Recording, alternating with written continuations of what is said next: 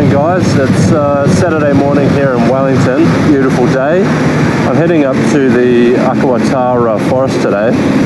The reason I'm going up there is I've bought myself a 2021 Suzuki DR650, so what I'm driving right now.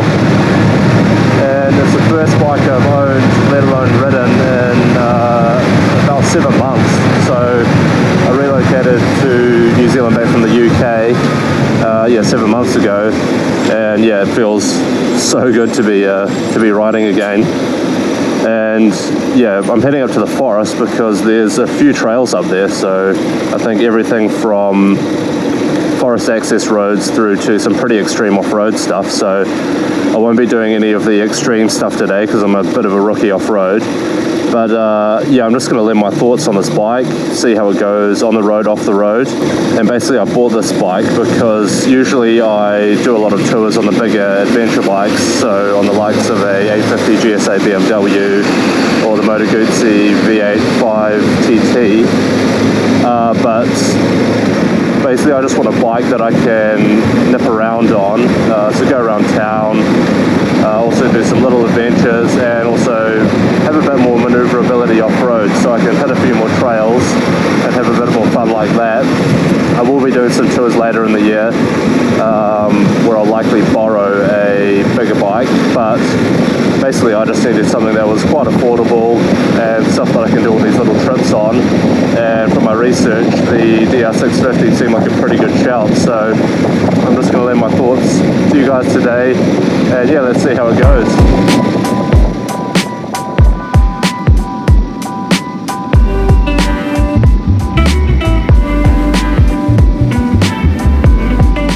On the highway, the bike felt smaller and less solid compared to the bigger adventure bikes that I'm used to riding, meaning I'd be sacrificing some comfort.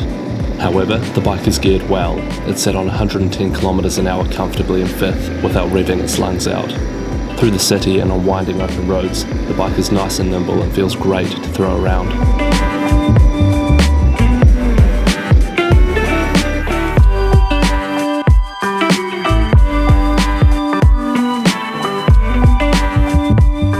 So I'm just trying to find the entrance to these trails. I think it's this road down here, so pretty decent little river crossing down here. Let's give it a nudge.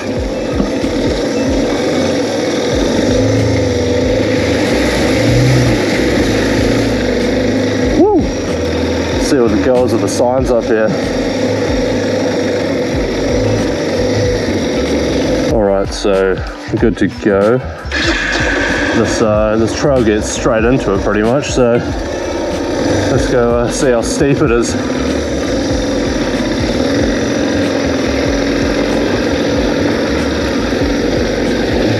Whoa!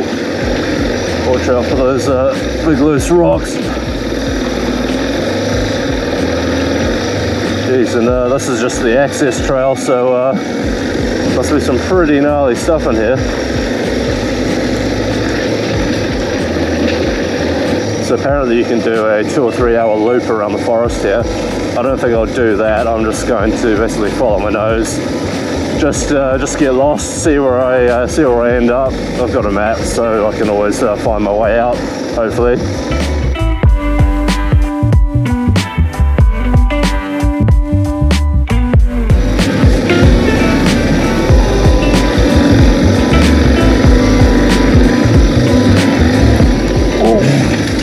Oh, there it is. First drop of the bike. Oh man, this shit is slippery.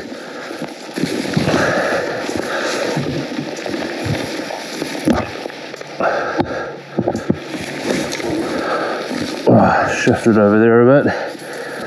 Whew. Man, this stuff is so slippery.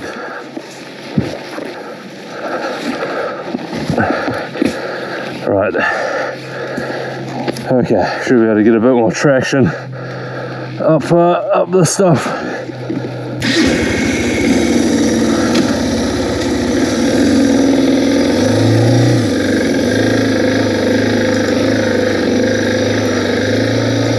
There we go.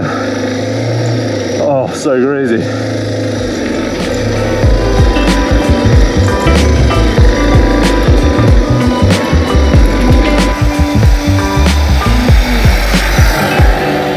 definitely a good introduction to the off-road world and the trail riding. This is awesome fun.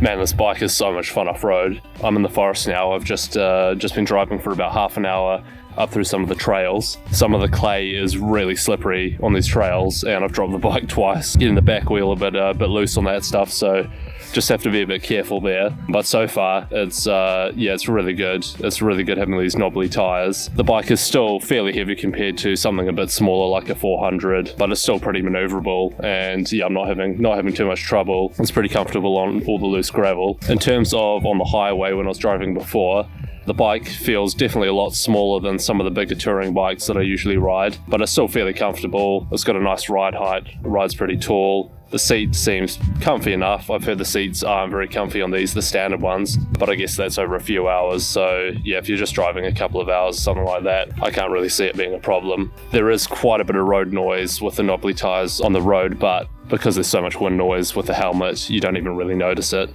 You just have to be a bit careful if the roads are wet with those knobbly tires, so just have to be a bit cautious with your braking. This bike is very basic, so there's no ABS brakes or anything like that. But other than that, I'm really impressed. I think for what I need it for with these smaller trips, this bike's perfect, and it's going really good on the trails so far. So yeah, I'm just going to keep going and see what I can come across, really.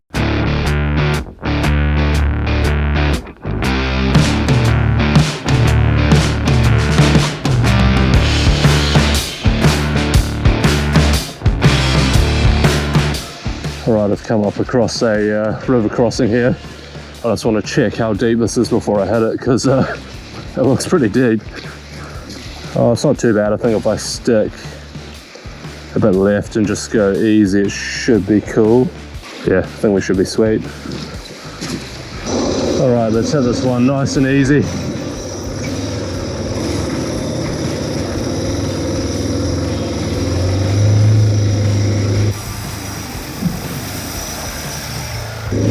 Nice. Probably got to hit that a bit faster, to be honest.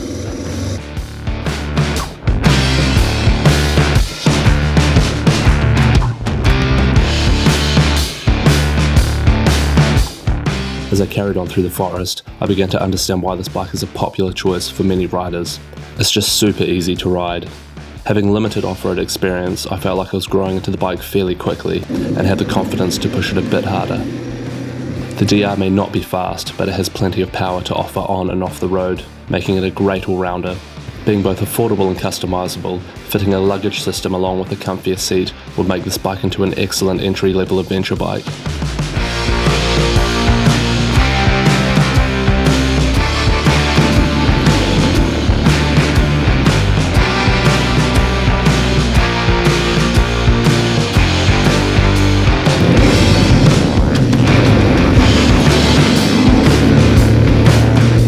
Bikers out today, good to see. Oh man, this has been so much fun. I'm just heading back down to the entranceway now. I'm going to head back home, but yeah, this bike's been an absolute blast. Some people say the suspension's quite soft on these, standard, but to be honest, for an entry-level rider like myself, off-road anyway, entry-level, it's been so much fun. It's been fine as far as I'm concerned, but I suppose if I got a bit more heavy duty with some of the terrain that I'm going on, some suspension upgrades could be quite good. I'd definitely recommend getting some more off-road capable tyres rather than the standard ones if you're buying this bike new, or you're buying one with more roadworthy tyres, just because if you want to come out on the trails like this, it'll just be really slippery with anything else, I think. So definitely recommend getting some aftermarket ones.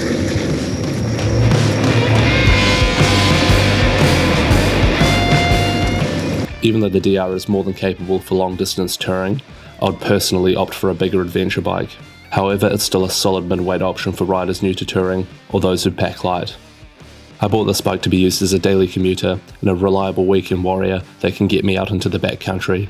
And for those purposes, the DR is perfect. With its no-frills design and affordable price tag, it's a fantastic all-rounder. Those with a bigger budget may find the likes of a KTM 690 more appealing. However, since this bike is half the price of the KTM and easy to modify, the likes of upgrading the carburetor, suspension and exhaust to give that bike the extra juice is something worth considering. My DR is fitted with an aftermarket 20-litre fuel tank, which is a must if you intend to do some touring and trail riding. It is also fitted with Pirelli Rallycross tyres, a bash plate, frame protectors, and aftermarket handguards for added protection off-road.